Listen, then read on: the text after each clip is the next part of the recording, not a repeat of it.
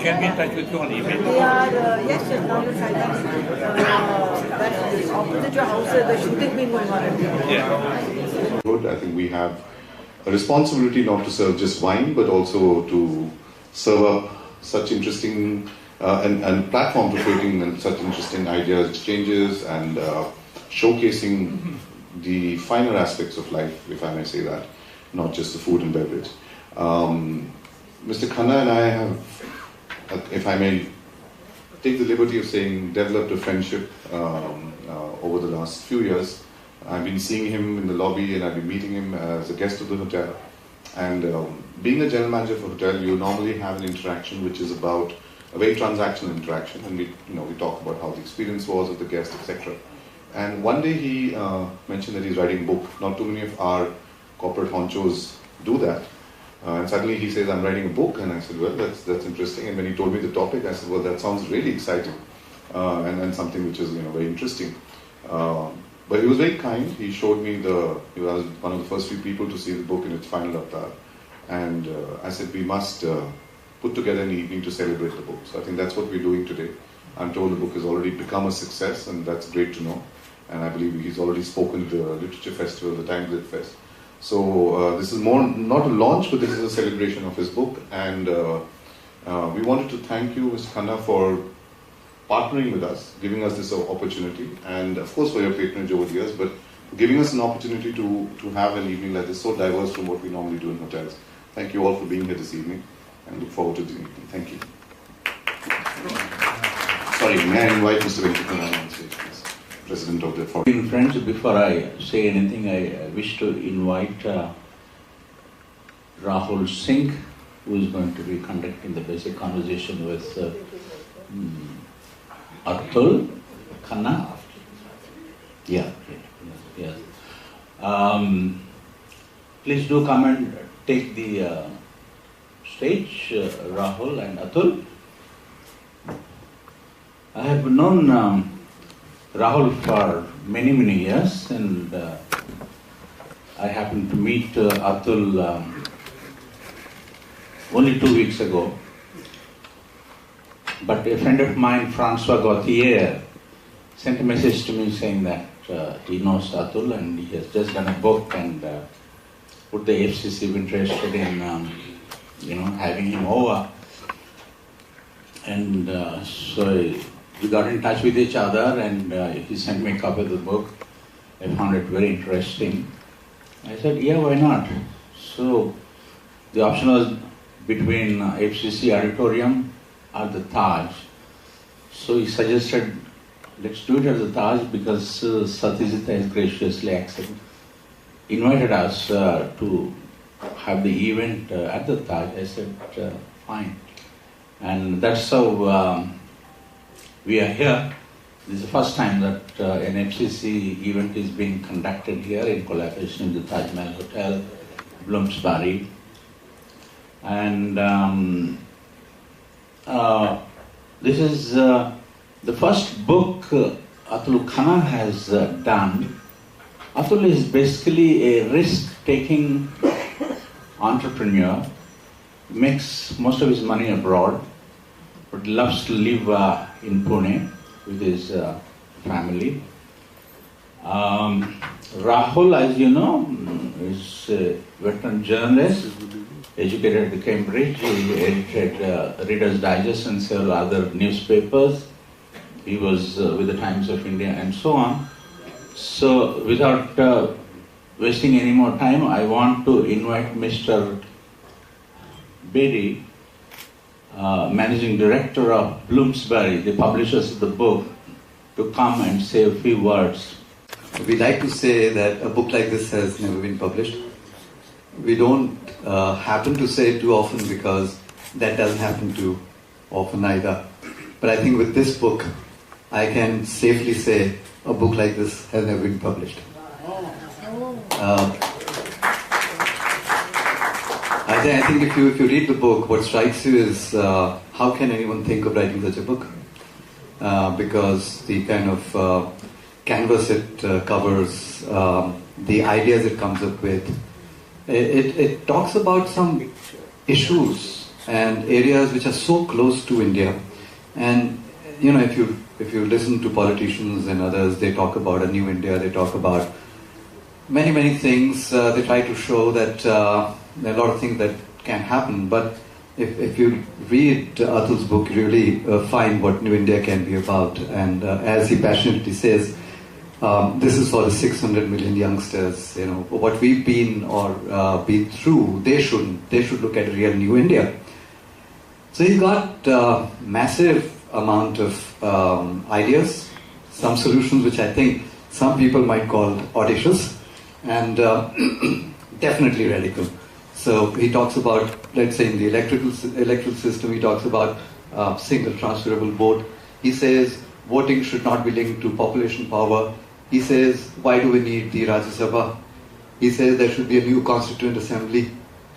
And he covers everything. He covers education, science, governance, administration, democracy, the whole gamut. And aptly, he ends with a chapter which suggests a new preamble to the Constitution. So you can imagine how radical this book is. So I would say the purpose of him writing the book and us publishing the book would really be met if two things happen.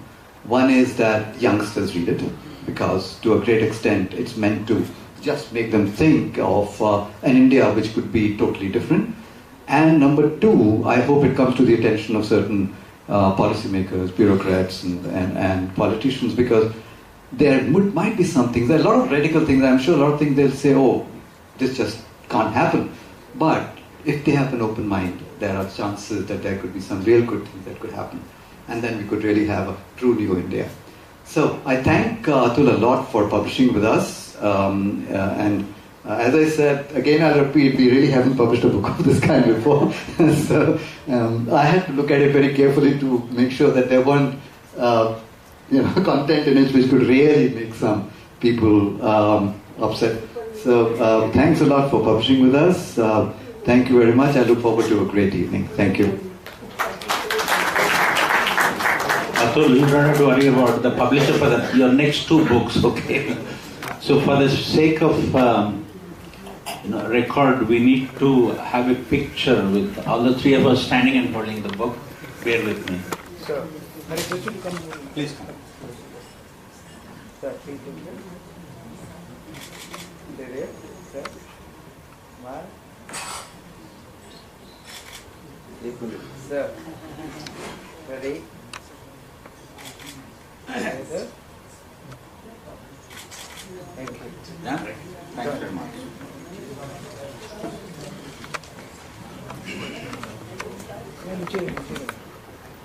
So here we are, Rahul. It's your show now. Okay.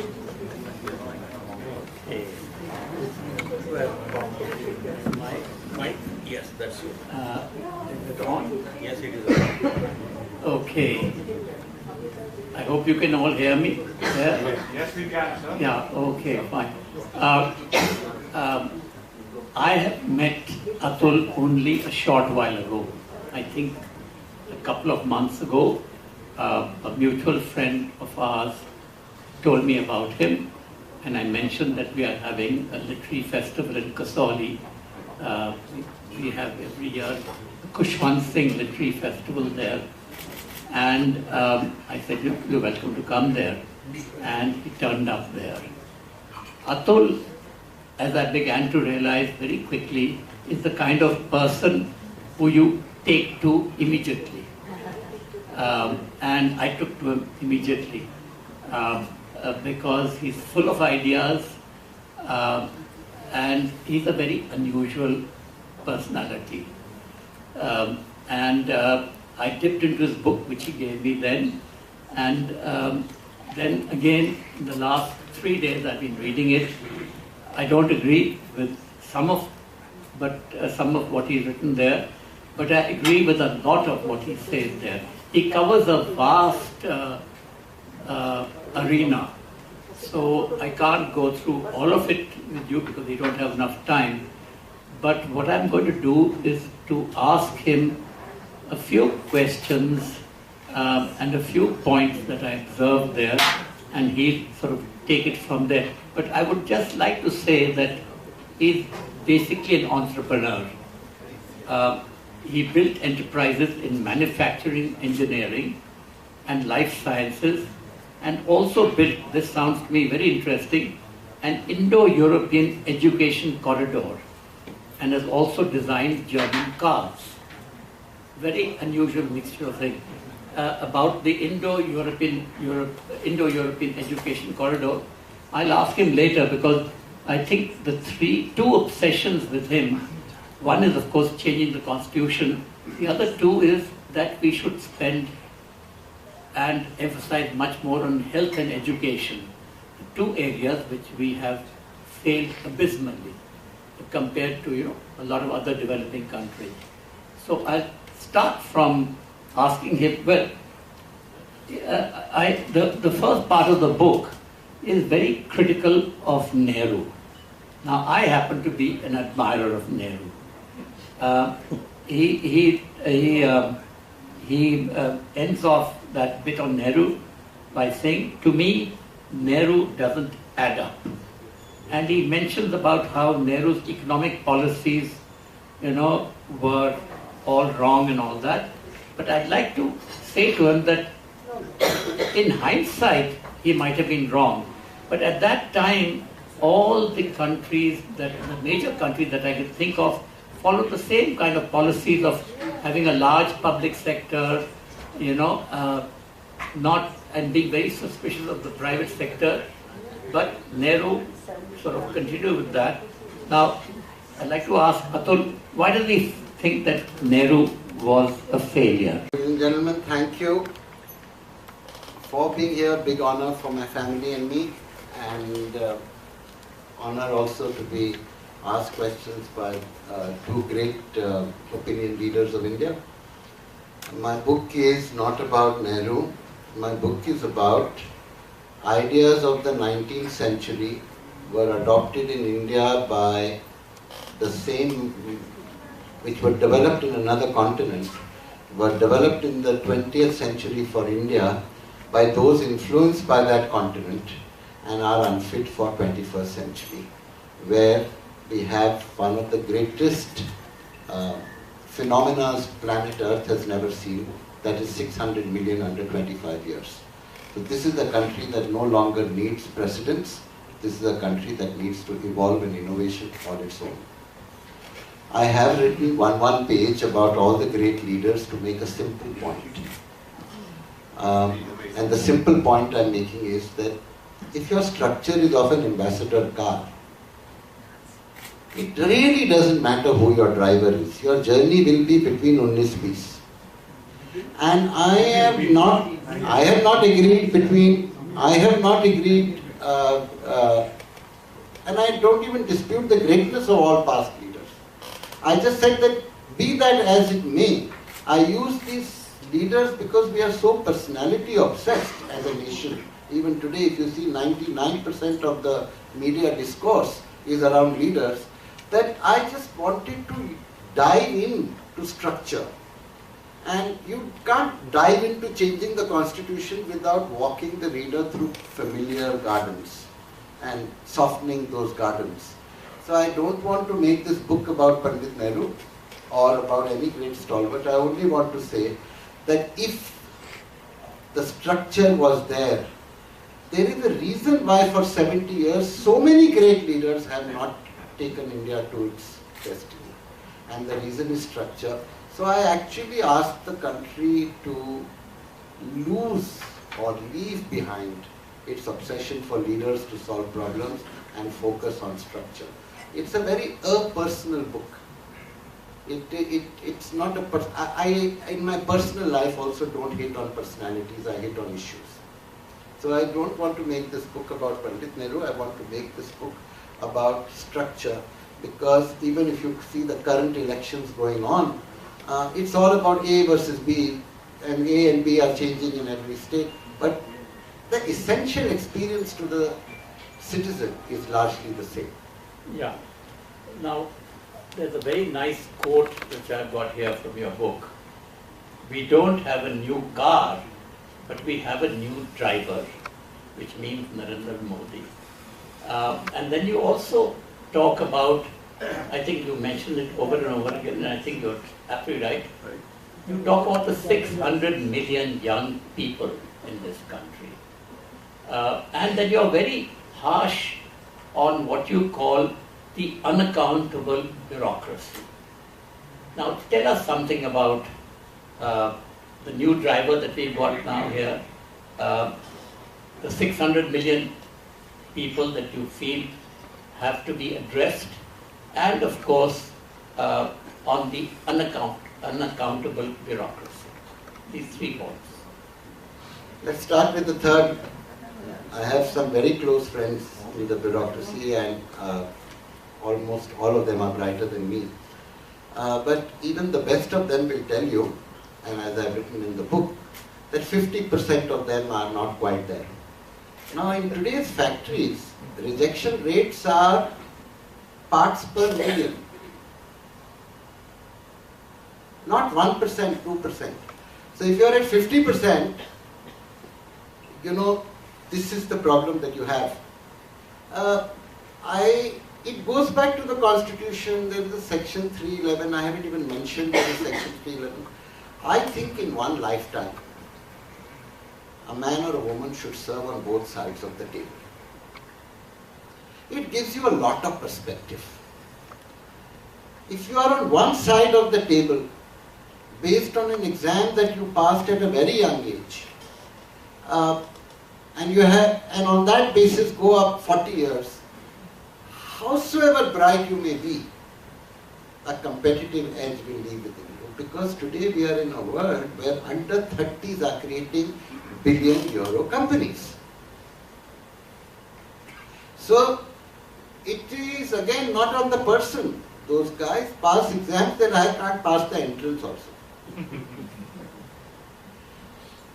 My second problem with that structure is I am a late bloomer. The only promise my father asked me was, I won't pay your fees twice, and I obliged. But in the bureaucratic setup, it's how you rise academically at the age of 23. And lastly, it's a country that doesn't make products. 2,000 years ago, 30% was our share of world trade. Today it is 0.3. So again, it's not personal. And all this is because you are creating universities, coaching classes for what? Not to create entrepreneurs, but to create permanent bureaucracies. So I think almost all people in India at some point in their life could come on this side of the table. And these people who came on this side of the table first, if they went to that side of the table, I think they will rock. I am actually being their friend by saying that come on both sides of the table. And in general, if 99% of the population of a country is on a contract employment, I think there should not be 1% who should not be on that contract employment. I prefer the German way, where there is one employment law. It's a certain fairness is needed. Because my dream is social equity with entrepreneurship. I think we are intrinsically a country of entrepreneurs. From the lady who sells fish to the lady who sells vegetables, and you can't make this a country of technicians. Talking about the bureaucracy again, you advocate lateral entry into the bureaucracy. Is that one of the solutions to, because the bureaucracy there, whether you like it or not, how can we improve it? Can lateral entry help? That's not my center point. There are so many experts who have analyzed bureaucracy. I am not one of those experts. I am making a simple point that if you have a 5% lateral entry and a 95% permanence, it's not going to make that much difference. It's just going to be tweaking. You know, in our times, there used to be ambassador. When I was in class 7, there was ambassador. When I was in class 9, it was ambassador Mark II. When I went to college, there was ambassador Mark III. And then when I passed out of college, there was ambassador Mark IV. Did it make a difference? Even worse. So, I am talking at another level. I am talking of a national employment where all citizens at all ages can come on either side. And I am saying these bright guys should come on both sides of the table. The country will rock because they are damn good. I am not a critic. I am not a personal critic. But I am a structural critic. I think once you are guaranteed sinecure for life, that fire is not there. Now, you know, let's get to the heart of your book, which you say that we need a structural change in our constitution. I think that is the real basis of what you're saying. You need a new model. Tell me what have you got in mind? My most original, foolish, radical, silly, stupid, brilliant, or ahead of its time solution. And we'll discuss one because cocktails are also nice and the evening is not the longest. Is the transferable vote. Read the paper today. So and so is a rebel candidate, so and so is a disgruntled candidate. It means that you are entering into politics and your continuation in politics is dependent on a party boss. So how do you shift in a democracy? It should be about the people. So how do you begin the recalibration back to people? Second, it's based on negative voting, a wasted vote. You are likely to vote for Atul Khanna, you pitch Rahul Singh, you divide, you manipulate. You think so and so is winning, you waste their votes, and then with arrogance say, don't waste your vote. Worry about the stability of the state or the nation. And all in all, the whole power goes away from the constitution to party bosses and you come into master-slave political parties. And I am saying that a politician is a damn nice guy. But his equation with the people is no longer direct. It's via the party boss who is not controlled by the constitution. And these master-slave parties are universal. Now imagine if you had transferable votes. But when you say You have a very great politician here, Mr. Rahul Singh, you like him, you vote for him first. Then you like Anil Khanna, you vote for him second. My point is, it's a precondition that there are going to be very many wise guys. And whoever gets the aggregate is the guy who wins. So what happens is that the man begins to look to the people because the electorate is not threatened by a wasted vote. Why should I have a wasted vote 1 in 5 years at that? No, but I put 1, 2, 3, 4, preference 5, you put yours and then whoever wins. Can I interject here? You say in your book that supposing parents have one child, they're entitled to one vote. If somebody has 5 children, they're also entitled to only one vote. So you're questioning the whole basis of adult franchise, aren't you? I am questioning because I am worried. The computers, when they came, they used to occupy a building. And people used to say, yaar, Ganit Sikho, I can count on my fingers faster. I don't have perfect solutions. I am challenging difficult problems. In the way, all through my book I say, I invite you to come up with a better solution. I only want you to jump out of the 19th century box because you are in the 21st century. Don't bother whether Atul Khanna's solution is wise, but begin to see that don't accept these problems as a fact of life. Number one. So, my one worry is that 40 crores at 47 in an undivided India is today 160 crores.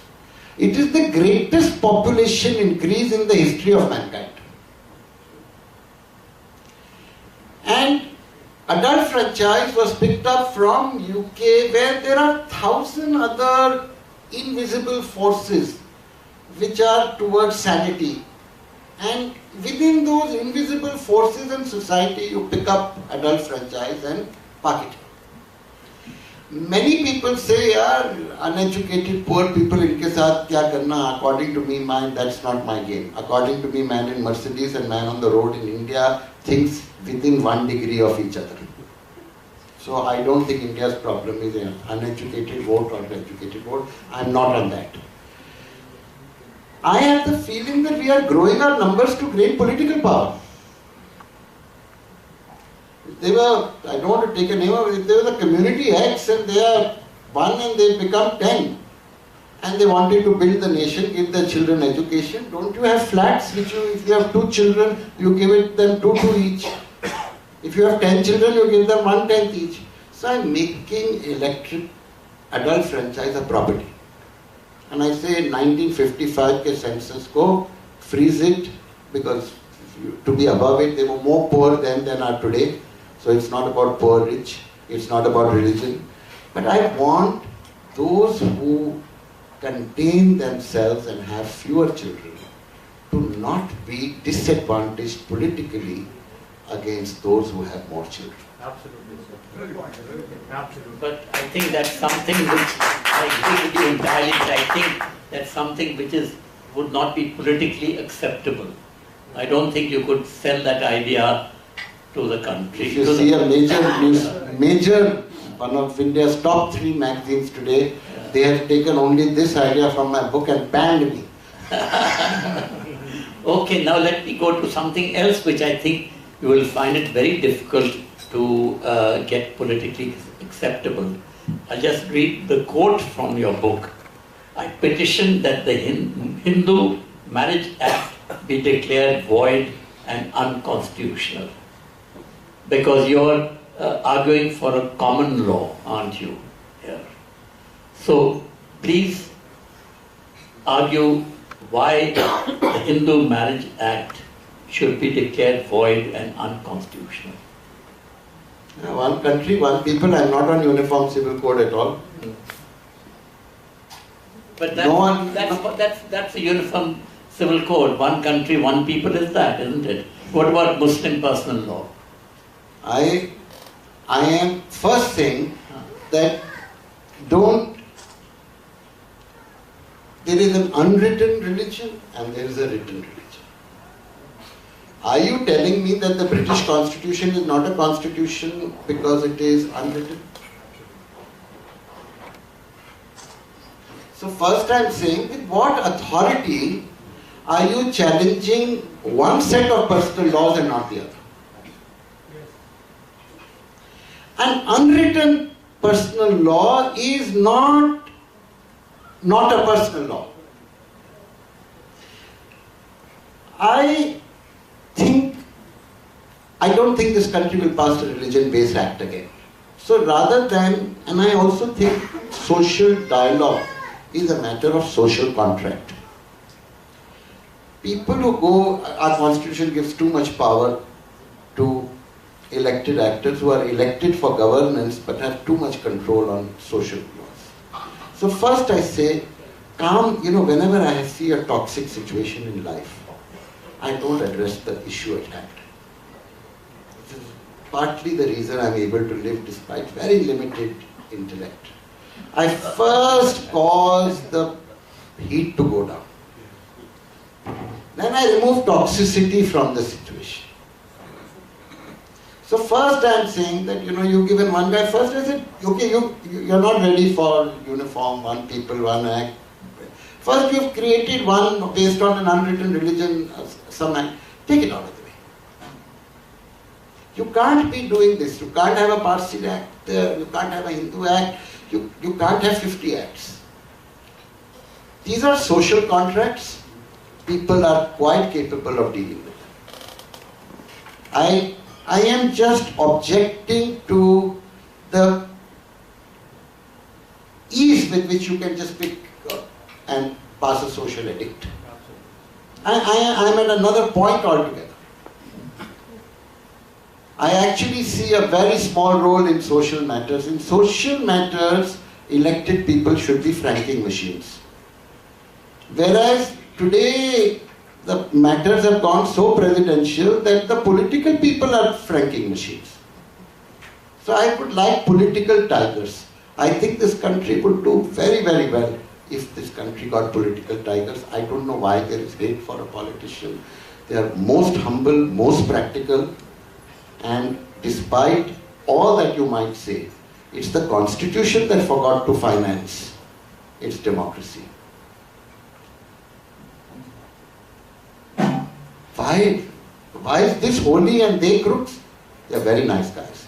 So the whole basis of my book, whether it's bureaucracy, political structure, is that if you create dirty drains, you'll get dirty water. But essentially very good water goes into them. So I look at structure. I look at structure because I think societies are built by average people building extraordinary results, and that's why I have 9 petitions, and that's why I have a thick book. Super, sir.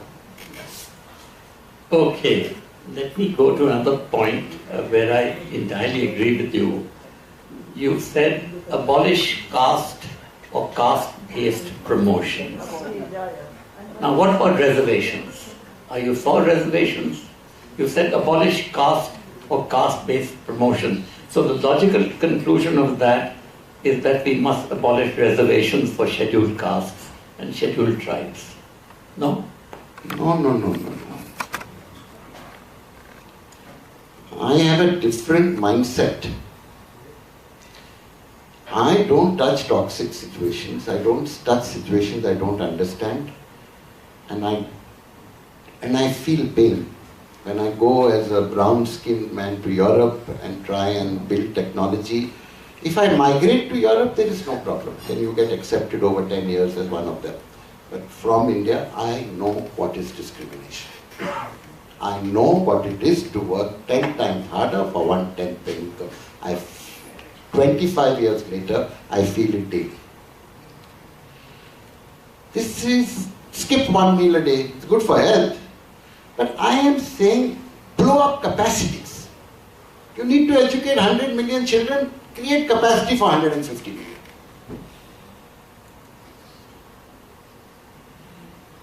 We are so used to planning in shortages that we just don't realize anymore the concept of abundance. And abundance is cheaper than shortages. Because we want this daily power, iski file sign karo, iska file ye karo, iska ye karo, uska wo karo. I am looking at fairness in the structure, and the only way to do that is if you create abundant quality. Forget shortages in India. You should have a situation where people from the world want to come and learn in India. And the day you have this situation, you won't have to touch these difficult topics. We always, I'm an accountant's son. I have senior accountants in the family. I only have seen a balance sheet, and I've never seen a balance sheet without assets and liabilities. Now you want to poke the liabilities or you want to poke the assets? As an entrepreneur, I poke the assets to see which asset will reduce my liability and increase my net worth. So focus on increasing the quantum. And if everybody has more than one, then whether there is a reservation or not reservation will mean much less. We are not programmed to think in abundance. Okay. Let me now go to another big issue, corruption. You say a lot about that in your book. I'm going to mention just the Lokpal or Ombudsman. Now you've called it a terrible institution has been established. The Lokpal you call a terrible institution that's been established. What is the alternative? आप सबके पास insurance policy है? When you are 25, your premium is low. When you are 50, your premium is high. 75 it's... Okay. So in 1990, when I was a young factory owner, to my good luck, India liberalized. And whom you knew did not seem to matter. It still mattered, but for 5 years, those factories are shut. But how competitive the factory was, the word used to be, don't inspect quality, manufacture quality. Now you have changed nothing in the structure and added one more auditor. If I was a peaceful, permanently employed guy who came in with the nicest dreams in the world, with the cleanest heart, and I had these 7 people who could not reward me if I did well, and I did 100 good things in my life, and one guy would pick episodically one thing that I made a mistake. You know, the whole desire to go would go. This is if I'm honest. If I'm dishonest, I'll tell you, boss, this is a new act I have to fight against. The corruption premium is higher. We can't keep creating inspection and distrust. We have to clean up manufacture quality. You take Lokpal, you have CVC, you have audit, you have this, you create one more, means nothing. Go to Ordnance Factory, Calcutta. It makes a rifle that no Jawan wants. It has 19 inspection centers. You pick it up like that, no, your shoulder goes like that. 93% is therefore important. So I always talk in nowadays everything is interrelated. Education relates science, science relates industry, industry relates services, services relate how the country is administered, how a country is administered relates to mindsets.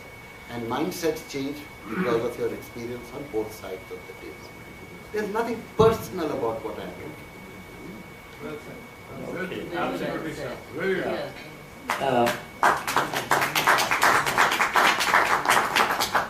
Now let's get to one issue which is a big issue these days, jobs.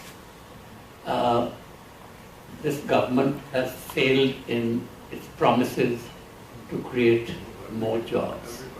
And from what I've been told just now from the exit polls, they are paying for it in the coming state elections. Tell me, you talk a lot about creating more jobs.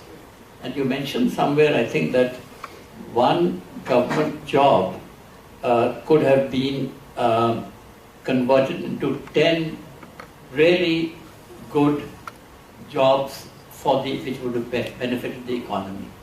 Tell us a little more about your solution to the job crisis. You mentioned skills. Everything, I end my chapter by imagine growth and 20 million jobs. Yeah. I talk in the beginning of 600 million people. Do I have a band? No. I can give you 4 or 5 viewpoints. Stop this battery of creating at different levels bureaucrats, start working with entrepreneurs. If you are going to if you are not going to see risk, you are not going to be able to manage that risk in society. The second big area that I see is go for value added. How do you go for value added? I give you one example. This is nothing to do with bureaucracy. I jump to judiciary or jump wherever. We are auctioning minerals. You know, typically, and then that mineral, you create an inefficient factory, and because you've got hold of that mineral, worse, by bidding higher, that means the rich get richer, you are just creating a commodity product. And you're making a lot of money, but a lot of money relative to your neighbor, not relative to how much a producer abroad is making. Put one mine and say 5 of you put up a factory. You know, value added will start rising. Technology will get. The idea is rather than circle the resource, you have to make the resource available and let the guy who can sell it for the highest price. That's where technology comes in, value added comes in. And this is how jobs come.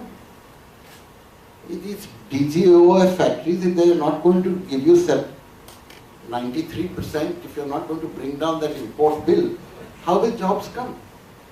If you're not going to export railway wagons and let China dominate all of Africa, and nobody is all our railway factories were created before China created the first railway. Same with BHEL, same. So if you're going to start disappearing from the world, how will jobs come? So the issue is you have to start appearing in the world. So the goal becomes how to make 0.3 into 30. It may be a 300-year journey. And then go step by step by step. Where are your assets? How are they managed? How are they optimized? And you will very quickly come that you are shackled by the constitution after 3 questions. It is so prescriptive. Indian culture is not a prescriptive culture. Brahminical cultures are prescriptive, and today they are much more open. We have reached a level where the innovation of man is at the feet of the hyper-literal. I mean, you have the liberty as a public sector manager to buy what you want. But there are 6 articles written on how you should do it. Now tell me which public sector manager is going to write a note challenging the constitution before he does what he thinks he has to do. So, you dumb it down. Trust has to be manufactured. With trust comes innovation. With that comes... So, for that prescription has to go. You can't tell your daughter, you can't do this. You bring her up well and say, darling, go conquer the world. That's trust.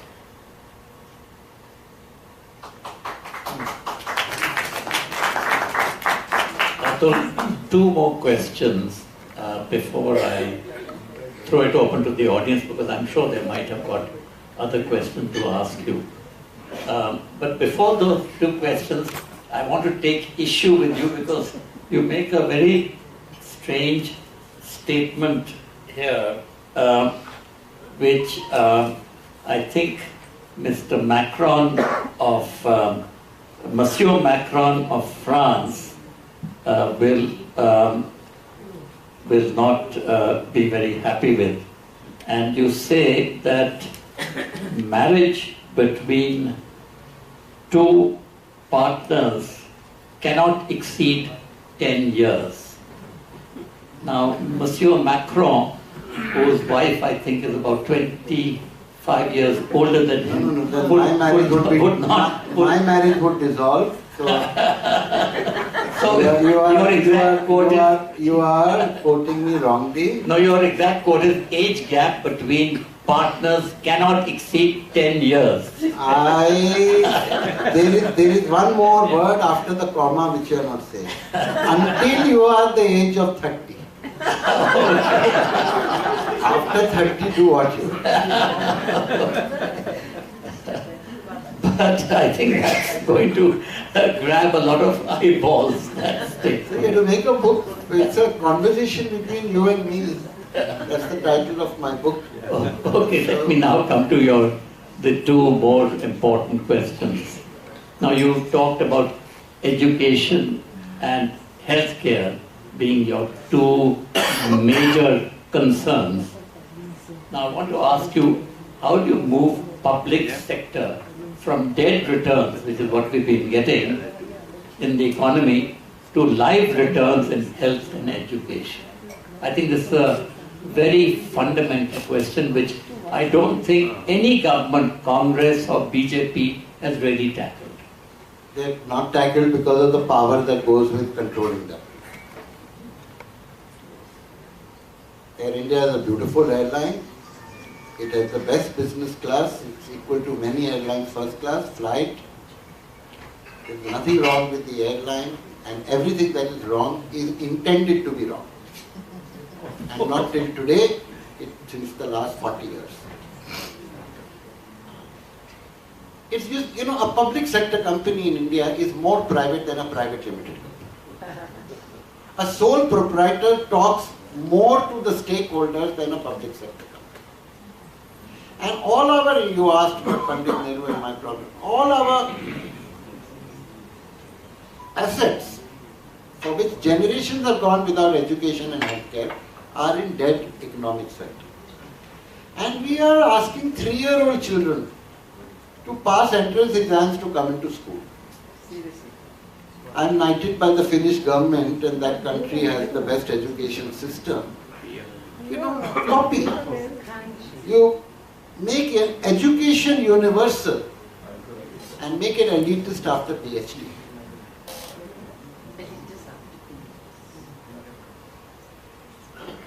So we have to drive this money there. 3 public sector companies can, by the way, achieve this. So we are talking of 20 lakh crores stuck. This, what I described to you, needs less than 2 lakh crores.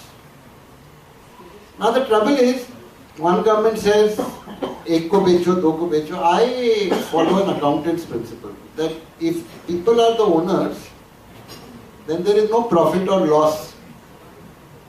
All these companies you give it to, create a people sector in the economy and give it 100 shares to every citizen of India. You can buy, sell, give.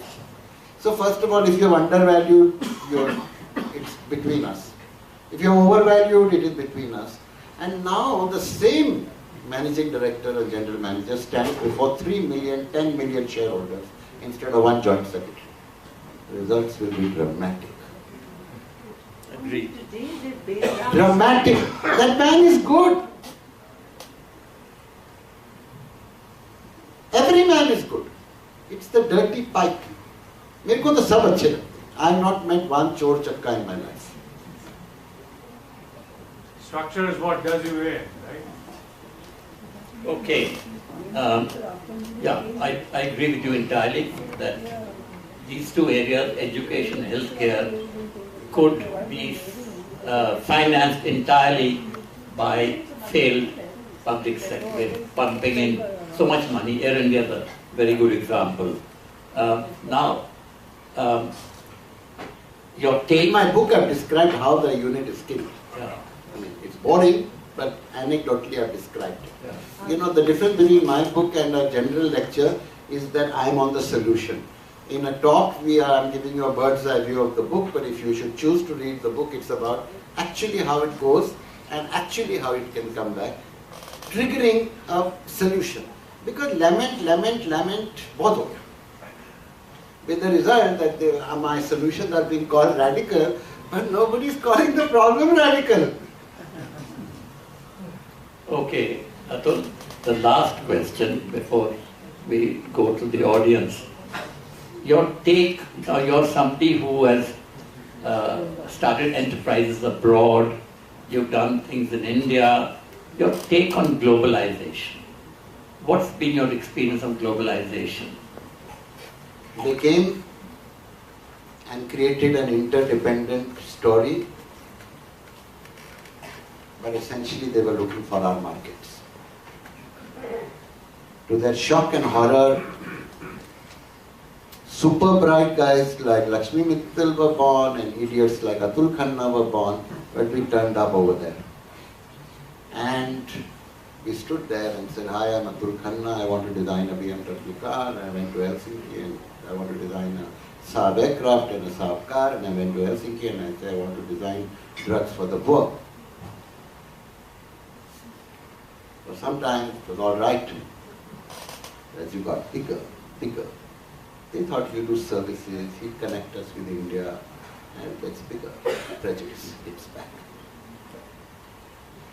Globalization, I have a long chapter. I discussed Maruti, I discussed Nokia, Vodafone, because you are better known to them. I take you into some stories. Globalization is not a theoretical area, it's a practitioner's area.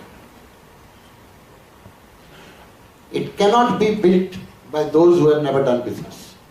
It needs a B2B dialogue on both sides. And there definitely is need for a globalization code. I say globalization because German courts will never entertain and openly will never entertain an Indian complaint.